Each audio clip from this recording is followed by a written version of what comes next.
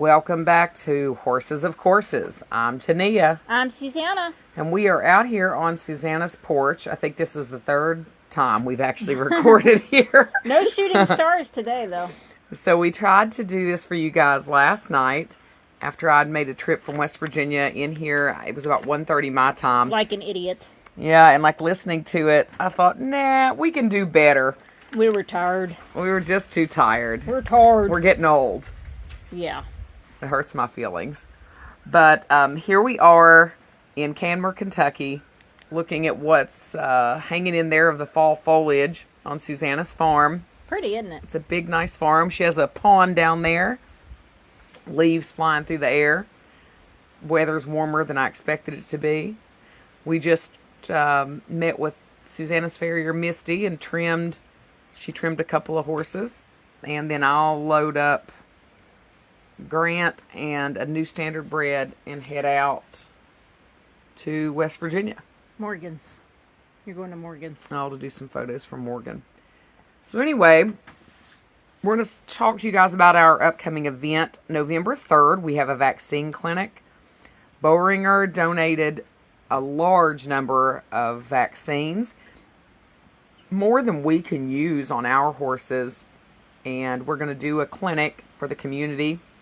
It's no cost, but there's a suggested donation of a Quest Plus dewormer per horse you bring to be vaccinated. If you can't afford that, it's fine.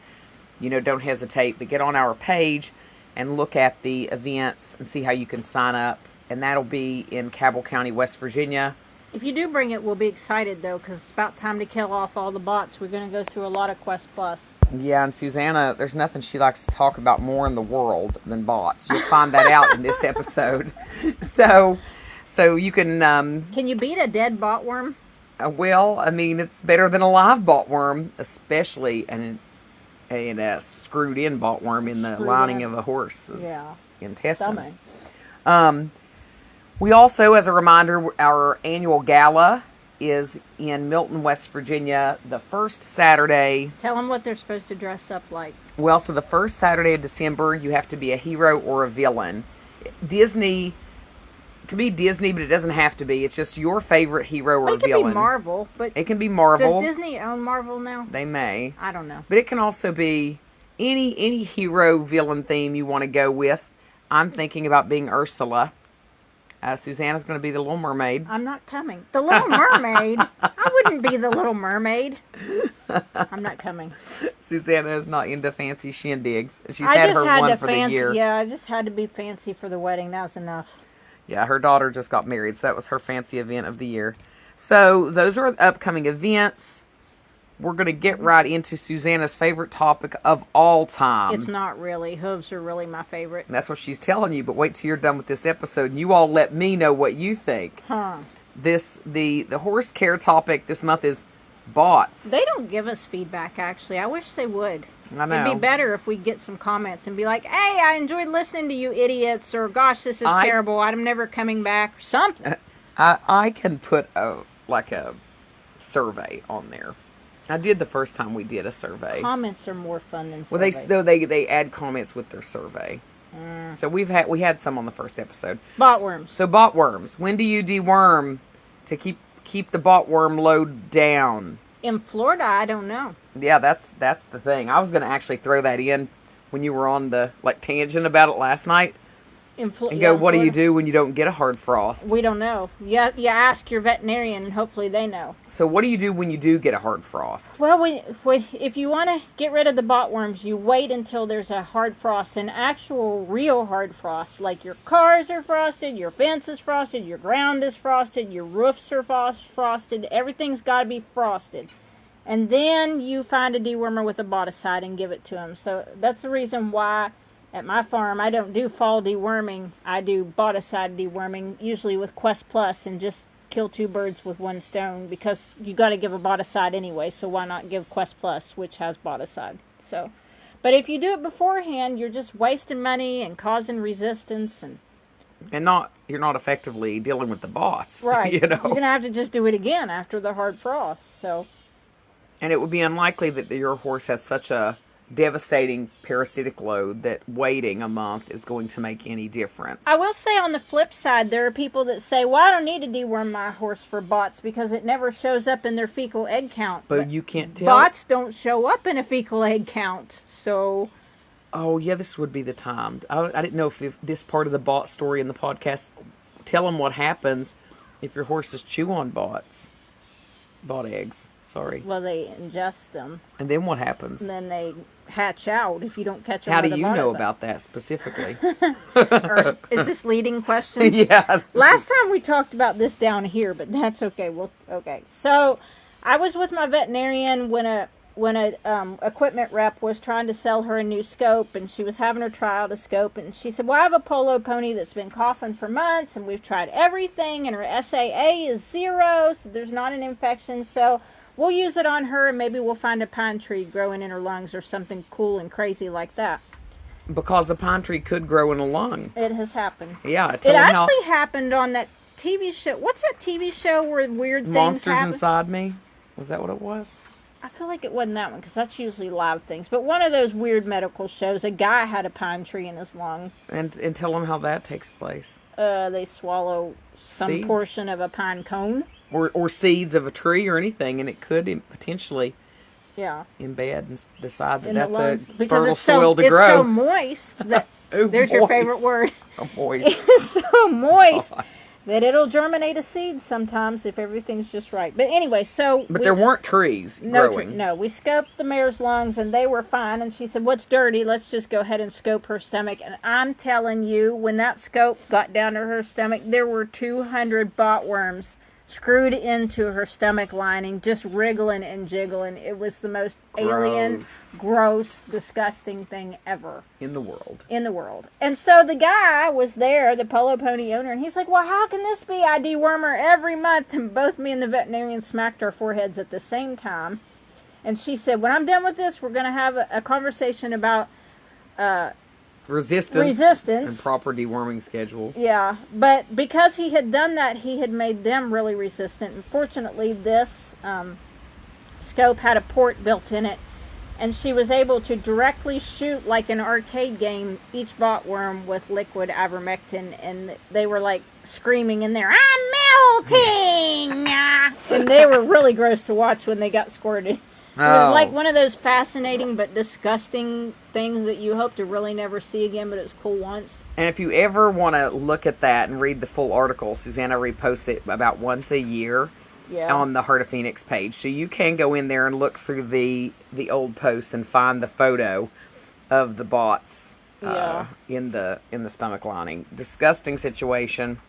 Yeah, the mare quit coughing after 3 days. Yeah. Never coughed again. Which tells you if you have a horse with a cough and you know it's not heaves or reactions to something else and you haven't confirmed that, maybe it's the botworms. Maybe.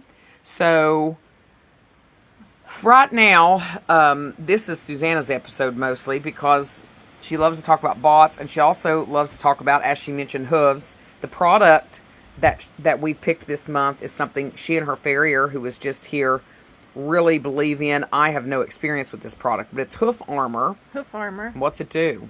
It is a coating that you put on the bottom of the hoof, and it is a protectant, and it also has thrush treating abilities, so it's kind of neat. You paint it on there, and it'll treat your thrush for as long as it stays, and it stays quite a while, and we've used it on one horse. I really can't remember if it was Basil or Giada, one or the other of them. We used it on, and if you do it in like 2 or 3 week intervals, you build up coat upon coat upon coat. You can peck on the bottom of it. It sounds like you're pecking on glass. It's really quite interesting. So it's a product that you can use temporarily for trail riding in lieu of boots or putting shoes on, or it's a product that you can use when you need something to move well, but it's too tender-footed to move well. This will give it an extra layer so that it can move, so that it will develop more robustness in the hoof, which is really important, and something that shoes really aren't very good at unless you are putting on rubber shoes, because for a hoof to gain more robustness, it needs to be able to have the flexing ability, and shoes pretty much stop that. So, Hoof Armor is made, I believe, in Kentucky, and it is a really nifty product if you know how to use it right. Well, with that said, we're going to talk about our horse of the month. And we are going to suggest, if you're looking for a horse or you want to share a horse for us, or you know someone looking, pull up, go to My Right Horse. Go My Right Horse? My Right Horse.org and pull up Wednesday on Heart of Phoenix. She's a black Morgan mare. Not Wednesday the month. That's her name. And as Suzanna, Wednesday the week. yeah, it's almost Halloween, so yeah. Wednesday was appropriate. She don't have the pigtails, so no pigtails. I mean, you could give her pigtails if that'll get her a home. She's a 9-year-old mare. She's a walk trot horse. We've never had much luck so far getting her to canter happily. She's sound, but she's pretty grumpy at the canter. I think it's just an additional training will get her there. But right now, a good walk trot horse for a confident advanced beginner with trainer. She does have a little bit of rotation from a previous founder episode. Tell them what you called her. What'd you call her? The poop field horse? She was the Ohio sewage pony. Yeah, the Ohio sewage pony. She was living in active sewage and flood water. Her whole life she was born out there, and whenever it would flood, then the water would come up and they would leave them there. And it was sewage that it would flood with because there was like a septic pond right by. So she really had it rough. And it's miraculous that she didn't end up with any real substantial issues. I mean, she was feral, and her feet were very, very bad. They were interesting because they had splayed out, kind of like building a self-snowshoe in an attempt to stay on top of that mucky ground. That's what a horse will do that stays in that kind of wet all the time. The hoof will start to make a kind of a snowshoe splayed shape. And we've had her for, I think it's 4 years in the rescue now, and it took a long time to get her feet in order, and her feet were we had to tame her first. Yeah, well, and that was a journey. So we took, she was in training with Adkins Quarter Horses a while.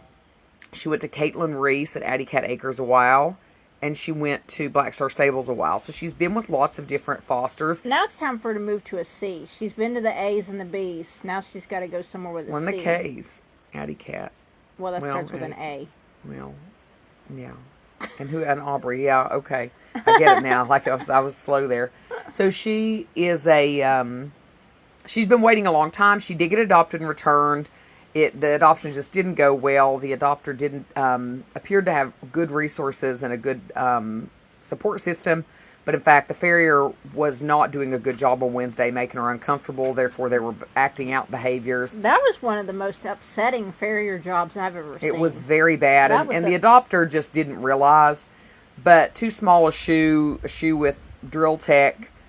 And letting them grow out. The heel scooted way forward, and the shoe just slapped on forward. The whole thing was a mess. Her knees were hurting, her shoulders were hurting, everything was hurting. So then she wasn't being pleasant because she wasn't comfortable. And this is why it's so important to make sure new people have a support system. But the truth is, even as much as we screen, and we screen heavily, you, without being there yourself over a period of a couple of months, you really don't know the strength of that network that they have. No amount of screening will tell you 100%.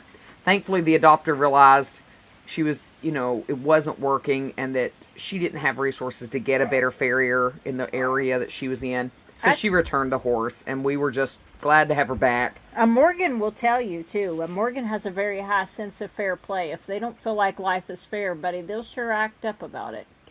And so now that she's comfortable again, I mean, they were talking about her being so hard for the farrier to do and different things that, we just certainly... The adopter, not us.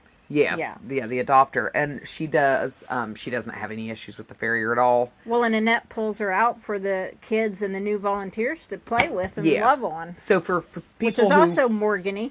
People who are intimidated by horses when the volunteers come out, she's the horse that our volunteer coordinator, Annette, pulls in from the field for them to groom and just handle. So she really, I think, has the potential to be a lovely family partner, but you do need to have some experience and have a good farrier. Yes. But we're going to circle back to Everyone Susanna's... needs a good farrier. Well, everybody does. It's hard to find. It's hard. We're going to circle back to Susanna's most favorite topic of all time, bots. bought. So the Ding-a-ling of the month, and again, this is all Susanna's episode. I didn't see this exchange, but Susanna did a post about waiting for the first hard frost to do a boticide. And what did a glowing ray of brilliance share with you? Well, this person said they were going to go ahead and give the boticide now because they kept seeing the bot flies fly around their horses and they wanted to kill them off. And so, like Susanna's sharing this, and I'm like, do they think it's like a cap star? Like you give the dewormer and it permeates through the horse's body, and the bot flies come in contact with the horse's body and they just fall over dead? Like monthly flea pills or something for a dog? So, just so you guys know, that is not how dewormer works. And that is not how you break the bot fly cycle. No. And she kept on, so I gave up. I was busy with wedding stuff anyway, and I wasn't in the mood to just keep. I was like, okay, whatever. Sometimes when you can't get through, you do have to let it go. Create more resistance. You do you. And not accomplish what you're trying to accomplish. Right. Because by the time that she would think, so the time that the bot flies quit flying around, she's going to be like, oh, I killed them all. And then they get a frost. She's going to think she killed them all. Oh, gosh. It was weird. Weird. So don't think that way, guys. Don't be like the polo pony fella. Yeah, don't get the bot worms screwed into your horse's intestinal lining or stomach lining. So, this topic, I find this topic really, it resonates a lot with me. I think because I'm not a lovey person. So the topic is... Come here, sweetheart. I'm not a huggy... What'd you call me? Your life partner. You're my life partner. That was so weird. But we're not huggy life partners. No, we're not huggy life partner. So the main topic is, your horse doesn't have to love you. Your horse doesn't have to love you. And that's hard for people. It hurts their feelings. But it doesn't hurt your horse's feelings. But it's not that we're not saying your horse hates you. That's not it either. It's just your horse is not snuggly. Yeah. It's not, well, honestly, I don't even think a horse has to look at you and go, oh my gosh, I'm so glad to see them. Some horses don't. My horse They're doesn't. like, you bring my food. Thanks. You should have. And that's okay. It's totally okay. I think you have to allow a horse to have its own personality. And you can't kind of push a story on a horse to explain why it's not lovey. So when, like my mare, I've had since she was 18 months old, she had never had a bad day. She had always been treated well, and she always has been. Her mare lived at my house for a while. That's the most standoffish mare. She's a standoffish horse. It's not that she just hasn't found the right connection. She's not looking for that. That's how she is. It's how she is in a horse herd. It's how she is with people. She will accept and do what is in front of her that has to be done. What she really mostly wants you to do is, when you're done, as Suzanna will tell you, her most recent horse is, just turn me out and leave me alone. Yeah, turn me out and leave me alone. She doesn't want to come to you for affection, and it's not a trauma-based response. It's her personality. And some people really want to decide that the horse had something bad happen, or insist that there's something you can do to change your horse's nature. The only thing that you could do that potentially would change that is feed it cookies every time. And honestly, to me, that standoffish horse, you're going to turn that horse into something dangerous. Yeah, that horse is going to be a bad horse. But, I mean, we're not talking about, if you're going out in the field and your horse is running from you every single time, then you've got to change something. My mare doesn't really particularly look forward to seeing me, but anytime I want to go catch her, she's like, fine, let's do what you want, and then put me back and let me go back to being a horse. But if you're having to chase after your horse and run after your horse, that's a little bit different thing. Well, it probably is. But it also could be your horse is smart and thinks, I'm not going to work today. Well, now and to me that's a little bit more of a different level than just your horse is not lovey. That horse isn't enjoying its job, which my horse isn't looking forward to her job or enjoying her job, but also doesn't mind her job. Well, yeah, I mean, so my horse, I've ridden her very few times, maybe 10 times in all the years I've had her. And the first time you rode her, you were really interesting. Oh, well, and that's been many, many years, many years ago. And then I didn't ride her again for like 4 years. And the good thing about her is she's like, okay, we're gonna, and whatever. But then when she sees me, because she does just live her life as a horse, when she sees me, she's like, No, you mean work. Go In the away. last 15 years, this woman's ridden me 10 times. She's here now, and I know what this must mean. Work. And I'm not interested. And I'm a goat, so screw you. So she leaves. But the story you have about the first horse that you had little bit compared to the horse you have now, Annie Oakley. Yeah. I think that describes like what we're talking about pretty well.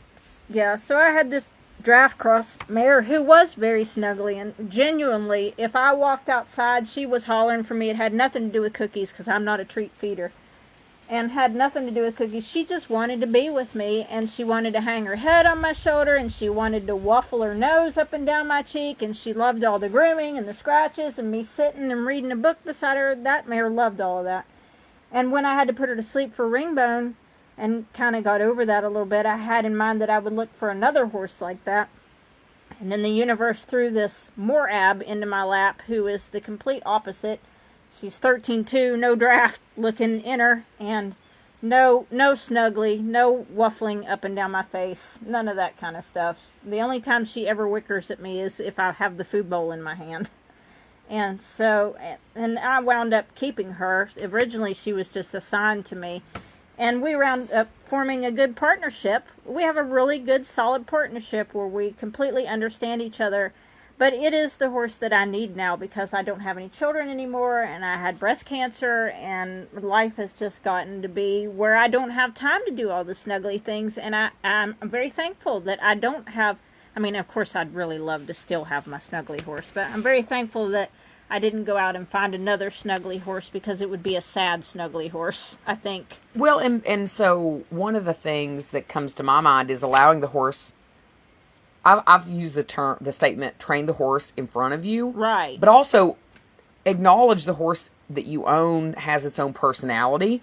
And so if a horse really is looking for affection and that's not who you are, maybe that isn't the best fit, because I have known horses that really do thrive on affection and attention, and they seek it from people, not just within their herd. Right. And that's important to that horse. But in that same token, as much as that's important, it is also important to not push that on a horse that is very content and to be standoffish. They're not waiting for you to cultivate that in them.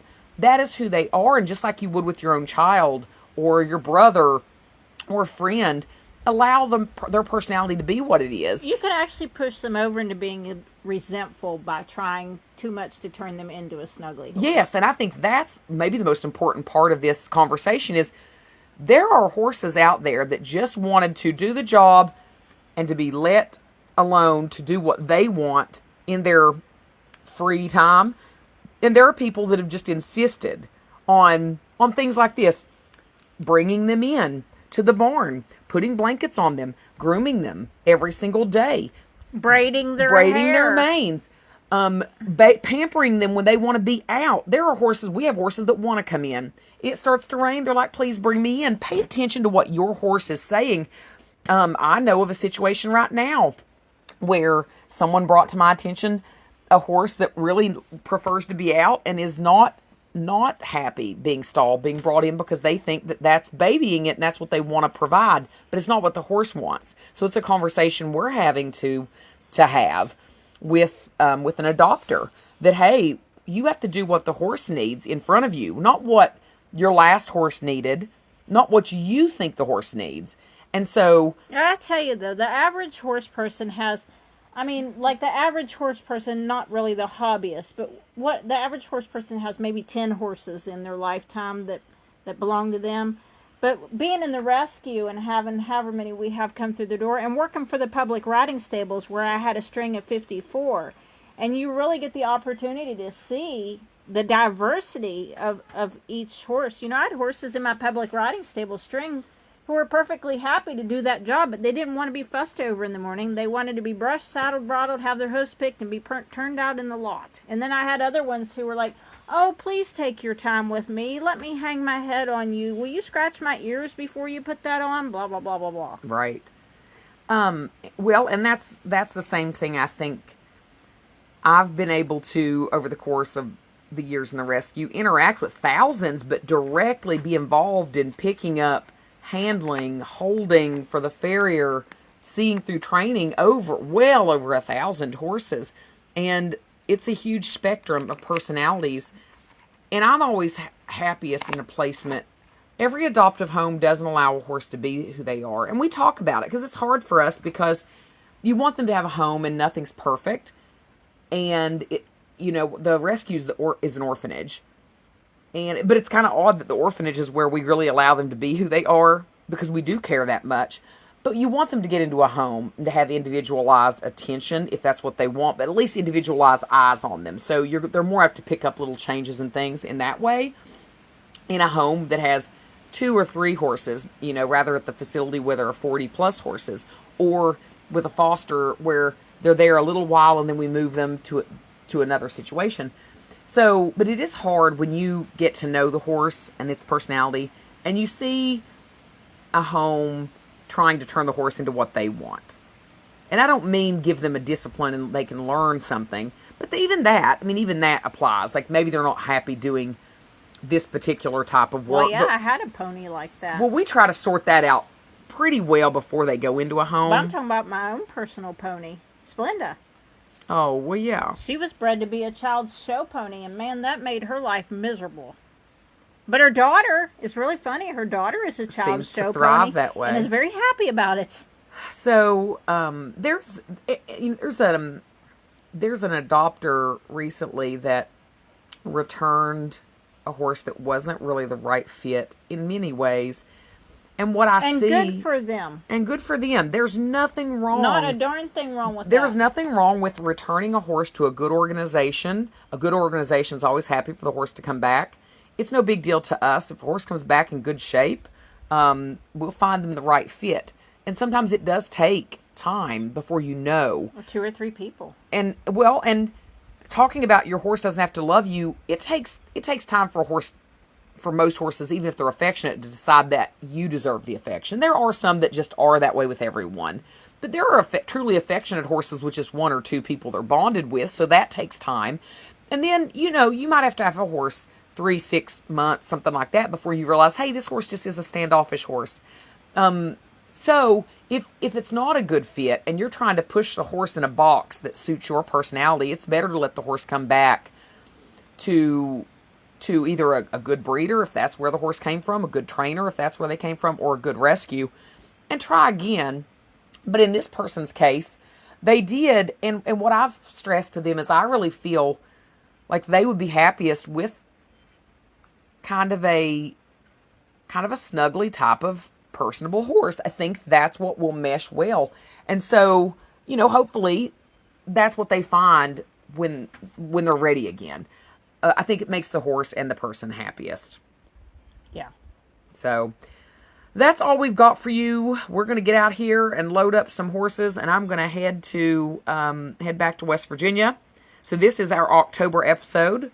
So look for a November episode probably toward the end of the month. Oh, you're going to get it right this time? I'm going to try. Yes. I'm going to try. Yeah. We got this one in time. Last month I was like 2 days late. Yeah, but yesterday you wanted to record December's next. Oh yeah. So no, we're not into December. We're just actually finishing up October. So, but it won't be 2 more episodes and we'll have been with you guys for a year. Bless their little hearts. Yeah, thanks for sticking with us. We're talky people. And I will throw out before we sign off, if you have topics that you want to hear about, please let us know, because, obviously, eventually we're going to run out of things. We haven't yet. We're not close yet, but one day. So if there's something you really want to hear us talk about, then shoot us an email or a message on Facebook, and we will do that. Until next time, I'm Tinia. I'm Suzanna. And that's Horses of Courses. Ta-da.